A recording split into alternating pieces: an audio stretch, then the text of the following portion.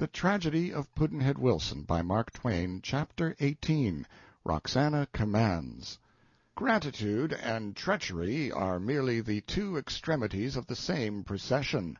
You have seen all of it that is worth staying for when the band and the gaudy officials have gone by. Pudd'nhead Wilson's Calendar. Thanksgiving Day. Let us all give humble, hearty, and sincere thanks now, but the turkeys. In the island of Fiji they do not use turkeys, they use plumbers. It does not become you and me to sneer at Fiji. Pudd'nhead Wilson's Calendar. The Friday after the election was a rainy one in St. Louis. It rained all day long, and rained hard, apparently trying its best to wash that soot-blackened town white, but of course not succeeding. Toward midnight Tom Driscoll arrived at his lodgings from the theater in the heavy downpour, and closed his umbrella and let himself in. But when he would have shut the door, he found that there was another person entering, doubtless another lodger. This person closed the door and tramped upstairs behind Tom. Tom found his door in the dark and entered it, and turned up the gas. When he faced about, lightly whistling, he saw the back of a man. The man was closing and locking his door from him. His whistle faded out, and he felt uneasy. The man turned around, a wreck of shabby old clothes, sodden with rain and all adrip, and showed a black face under an old slouch hat. Tom was frightened. He tried to order the man out, but the words refused to come, and the other man got the start. He said in a low voice, "Keep still. I's your mother." Tom sunk in a heap on a chair and gasped out, "It was mean of me and base, I know it, but I meant it for the best. I did indeed. I can swear it." Roxana stood awhile, looking mutely down on him while he writhed in shame and went on incoherently babbling self-accusations mixed with pitiful attempts at explanation and palliation of his crime. Then she seated herself and took off her hat, and her unkempt masses of long brown hair tumbled down about her shoulders. "It weren't no fault of yourn that ain't gray," she said sadly, noticing the hair. "I know it, I know it. I'm a scoundrel, but I swear I meant it for the best. It was a mistake, of course, but I thought it was for the best. I truly did." Roxana began to cry softly, and presently words began to find their way out between her sobs. They were uttered lamentingly rather than angrily. "Sell a person down the river, for the best. I wouldn't treat a dog so. I is all broke down and wore out now, and so I reckon it ain't in me to storm round no more like I used to when I was trompled and abused. I don't know, but maybe it's so. Leastwise, I suffered so much that mourning seemed to come more handy to me now than storming." These words should have touched Tom Driscoll, but if they did, that effect was obliterated by a stronger one which removed the heavy weight of fear which lay upon him, and gave his crushed spirit a most grateful rebound, and filled all his small soul with a deep sense of relief. But he kept prudently still, and ventured no comment. There was a voiceless interval of some duration now, in which no sounds were heard but the beating of the rain upon the panes, the sighing and complaining of the winds, and now and then a muffled sob from Roxana. The sobs became more and more infrequent, and at last ceased. Then the refugee began to talk again. "Shet down dat light a little. More yit. Person dat is hunted don't like de light. Dar, dat'll do. I can see where you is, and that's enough. I's gwine to tell you de tale, and cut it just as short as I can, and den I'll tell you what you's got to do. Dat man dat bought me ain't a bad man. He's good enough, as planters go. And if he could 'a' had his way, I'd 'a' been a house servant in his family and been comfortable. But his wife was a Yank, and not right down good looking, and she rise up agin me straight off. So den they sent me out to de quarters amongst de common field hands. Dat woman warn't satisfied even with dat, but she worked up de overseer agin me. She is dat jealous and hateful. So the overseer he had me out before day in the mornings, and worked me de whole long day as long as dey's any light to see by, and many's de lashings I got, 'cause I couldn't come up to de work of de strongest. Dat overseer was a Yank, too, out in New England, and anybody down South can tell you what dat mean. Dey knows how to work a nigger to death, and dey knows how to whale 'em, too. Whale 'em till dey's backs is welted like a washboard. Long at first my master said a good word for me to de overseer, but dat is bad for me, for de mistis she find it out, and arter dat I just ketched it at every turn. They warn't no mercy for me no more." Tom's heart was fired with fury against the planter's wife, and he said to himself, "But for that meddlesome fool everything would have gone all right." He added a deep and bitter curse against her. The expression of this sentiment was fiercely written in his face, and stood thus revealed to Roxana by a white glare of lightning which turned the somber dusk of the room into dazzling day at that moment. She was pleased and grateful. For did not that expression show that her child was capable of grieving for his mother's wrongs, and of feeling resentment toward her persecutors, a thing which she had been doubting? But her flash of happiness was only a flash, and went out again and left her spirit dark, for she said to herself, "He sold me down de river. He can't feel for a body long. Dis'll pass and go." Then she took up her tale again. "'Bout 10 days ago I's saying to myself dat I couldn't last many more weeks. I's so wore out wid de awful work on de lashin's, and so downhearted and mis'able. And I didn't care no more, nuther. Life warn't worth nothin' to me, if I had to go on like dat. Well, when a body is in a frame of mind like dat, what do a body care what a body do? Dey was a little sickly nigger wench about 10-year-old dat's good to me, and hadn't no mammy, po' thing. And I loved her, and she loved me, and she come out while I was workin', and she had a roasted tater, and tried to slip it to me, robbin' herself, you see, 'cause she knowed the overseer didn't give me enough to eat.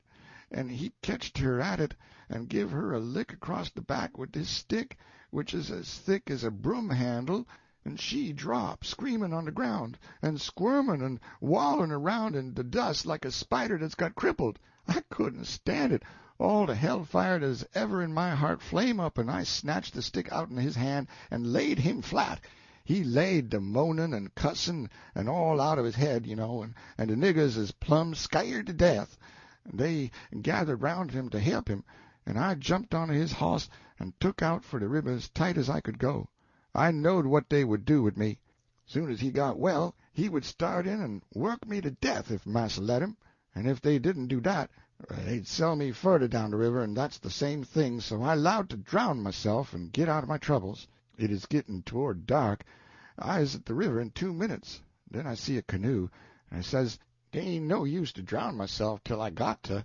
So I ties de hoss in de edge of de timber and shove out down de river, keepin' in under the shelter of de bluff bank, and prayin' for de dark to shet down quick.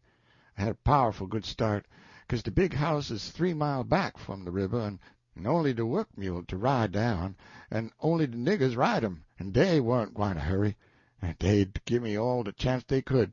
Before a body could go to de house and back it would be long past dark, and they couldn't track the horse and find out which way I went till mornin', and the niggers would tell 'em all the lies they could 'bout it. Well, the dark come, and I went on a spinnin' down the river. I paddled more'n 2 hours, then I warn't worried no more, so I quit paddlin' and floated down the current, considerin' what I was gwine to do if I didn't have to drown myself. I made up some plans, and floated along, turnin' 'em over in my mind. Well, when it was a little past midnight, as I reckoned, and I'd come 15 or 20 mile, I see the lights of a steamboat layin' at the bank.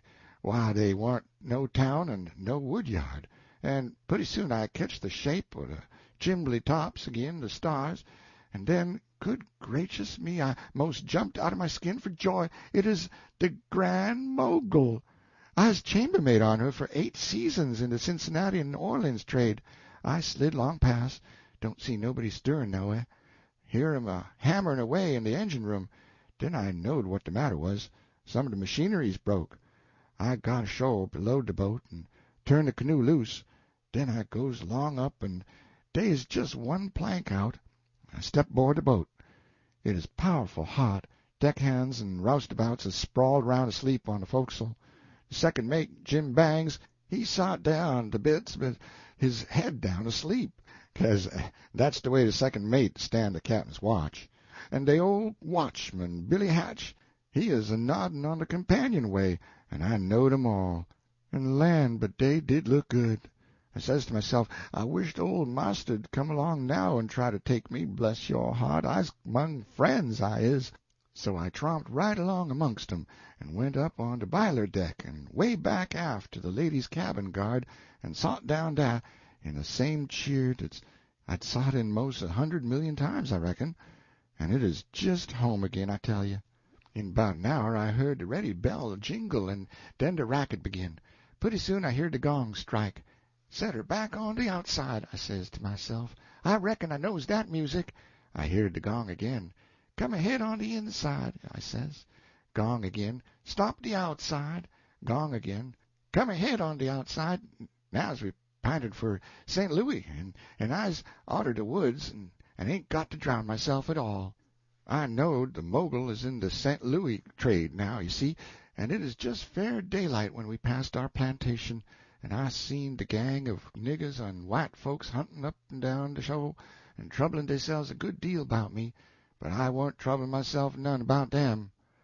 About that time Sally Jackson, that used to be my second chambermaid and is head chambermaid now, she come out on the guard, and is powerful glad to see me, and so is all the officers. And I told 'em I'd got kidnapped and sold down the river, and they made up $20 and give it to me. And Sally, she rigged me out with good clothes, and when I got here I went straight to where you used to was, and then I come to this house. And they say you's away, but 'spected back every day. So I didn't dast go down the river to Dawson's, 'cause I might miss you. Well, last Monday I's passing by one of them places in 4th Street where they sticks up runaway nigger bills and helps to catch 'em, and I seed my marster. I most flopped down on the ground, I felt so gone. He had his back to me, and is talking to the man and giving him some bills, nigger bills, I reckon, and I's the nigger. He's offering a reward, that's it. Ain't I right? Don't you reckon? Tom had been gradually sinking into a state of ghastly terror, and he said to himself now, I'm lost no matter what turn things take. This man has said to me that he thinks there was something suspicious about that sale. He said he had a letter from a passenger on the Grand Mogul saying that Roxy came here on that boat, and that everybody on board knew all about the case. So he says that her coming here instead of flying to a free state looks bad for me, and that if I don't find her for him, and that pretty soon, he will make trouble for me. I never believed that story. I couldn't believe she would be so dead to all motherly instincts as to come here, knowing the risk she would run of getting me into irremediable trouble. And after all, here she is, and I stupidly swore I would help find her, thinking it was a perfectly safe thing to promise. If I venture to deliver her up, but how can I help myself? I've got to do that or pay the money, and where's the money to come from? Well, I should think that if he would swear to treat her kindly hereafter, and she says herself that he is a good man, and if he would swear to never allow her to be overworked, or ill-fed, or— A flash of lightning exposed Tom's pallid face, drawn and rigid with these worrying thoughts. Roxana spoke up sharply now, and there was apprehension in her voice. "Turn up that light. I want to see your face better. There, now, let me look at you. Chambers, you's as white as your shirt. Has you see that man? Has he been to see you?" "Yes." "When?" "Monday noon." "Monday noon? Was he on my track?" Well, he thought he was. That is, he hoped he was. This is the bill you saw." He took it out of his pocket. "Read it to me." She was panting with excitement, and there was a dusky glow in her eyes that Tom could not translate with certainty, but there seemed to be something threatening about it. The handbill had the usual rude woodcut of a turbaned negro woman running, with a customary bundle on a stick over her shoulder, and the heading in the bold type, $100 reward. Tom read the bill aloud, at least the part that described Roxana, and named the master and his St. Louis address and the address of the 4th Street agency, but he left out the item that applicants for the reward might also apply to Mr. Thomas Driscoll. Gimme the bill. Tom had folded it and was putting it in his pocket. He felt a chilly streak creeping down his back, but said as carelessly as he could, The bill? "Why, it isn't any use to you. You can't read it. What do you want with it?" Gimme the bill. Tom gave it to her, but with a reluctance which he could not entirely disguise. Did you read it all to me? "Certainly I did." Hold up your hand and swear to it. Tom did it. Roxana put the bill carefully away in her pocket, with her eyes fixed upon Tom's face all the while. Then she said, Yo's lying. "What would I want to lie about it for?" I don't know, but you is. That's my opinion, anyways. But never mind about that. When I seed that man, I's that skeered that I could scarcely wobble home. Then I give a nigger man $1 for these clothes, and I ain't been in a house since, night ner day, till now. I blackened my face and laid hid in the cellar of a old house that burned down daytimes, and robbed a sugar hogshead and grain sacks on the wharf nights to get something to eat. Never dast to try to buy nothing, and I's most starved. I never dast to come near this place till this rainy night, when they ain't no people round scarcely. But tonight I've been a-standing in a dark alley ever since night come, waiting for you to come by, and here I is." She fell to thinking. Presently she said, "You seed that man at noon last Monday?" "Yes." "I seed him the middle of that afternoon. He hunted you up, didn't he?" "Yes." "Did he give you the bill that time?" "No, he hadn't got it printed yet." Roxana darted a suspicious glance at him. "Did you help him fix up the bill?" Tom cursed himself for making that stupid blunder, and tried to rectify it by saying he remembered now that it was at noon Monday that the man gave him the bill. Roxana said, "You's lying again, sure." Then she straightened up and raised her finger. "Now den, I's gwine to ask you a question, and I wants to know how you's gwine to get around it. You knowed he is arter me, and if you run off 'stid of staying here to help him, he'd know dey's something wrong 'bout this business, and then he would inquire about you, and dat would take him to your uncle, and your uncle would read the bill and see that you been selling a free nigger down the river, and you know him, I reckon. He'd tar up the will and kick you out in the house. Now den, you answer me this question. Hain't you told that man that I would be sure to come here, and then you would fix it so he could set a trap and catch me?" Tom recognized that neither lies nor arguments could help him any longer. He was in a vise, with the screw turned on, and out of it there was no budging. His face began to take on an ugly look, and presently he said, with a snarl, "Well, what could I do?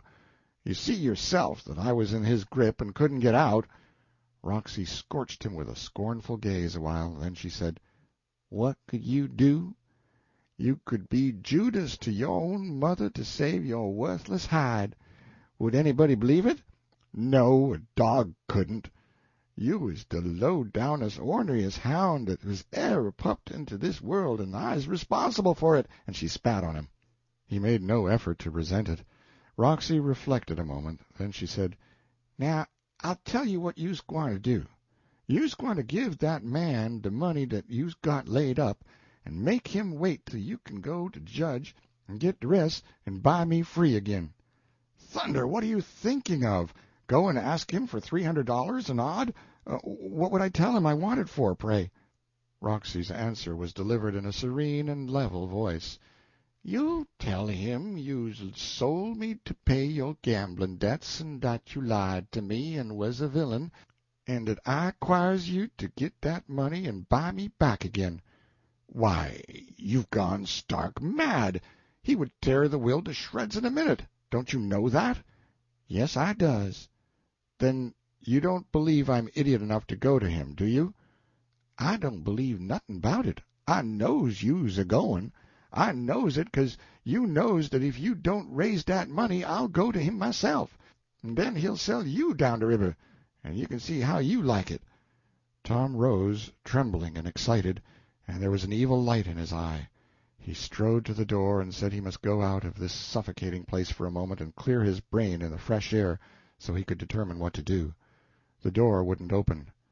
Roxy smiled grimly and said, I's got the key, honey. Set down. You needn't clear up your brain none to find out what you gwine to do. I knows what you's gwine to do." Tom sat down and began to pass his hands through his hair with a helpless and desperate air. Roxy said, "Is dat man in dis house?" Tom glanced up with a surprised expression and asked, "What gave you such an idea?" "You done it. Gwine out to clear your brain. And de fust place you ain't got none to clear. And in de second place, you ornery I tole on you. You's de low downest hound dat ever, but I done tole you dat before. Now den, dis is Friday. You can fix it up with dat man, and tell him you's gwine away to git de rest of de money, and dat you'll be back wid it next Tuesday or maybe Wednesday. You understand?" Tom answered sullenly, "Yes." "And when you gets de new bill of sale dat sells me to my own self, take and send it in de mail to Mr. Pudd'nhead Wilson, and write on de back dat he's to keep it till I come. You understand?" "Yes." "That's all, den. Take your umbrella and put on your hat." "Why?" "'Cause you's gwine to see me home to de wharf. You see dis knife? I's toted it around since de day I seed dat man and bought dese clothes in it. If he ketch me, I's gwine to kill myself wid it. Now start along, and go soft, and lead de way. And if you gives a sign in dis house, or if anybody comes up to you in de street, I's gwine to jam it right into you. Chambers, does you believe when I says dat?" "It's no use to bother me with that question. I know your word's good." "Yes, it's different from yourn. Shet the light on and move along. Here's the key." They were not followed. Tom trembled every time a late straggler brushed by them on the street, and half expected to feel the cold steel in his back. Roxy was right at his heels and always in reach. After tramping a mile they reached a wide vacancy on the deserted wharfs, and in this dark and rainy desert they parted. As Tom trudged home his mind was full of dreary thoughts and wild plans, but at last he said to himself wearily, "There is but the one way out. I must follow her plan. But with a variation. I will not ask for the money and ruin myself. I will rob the old skinflint." Chapter 18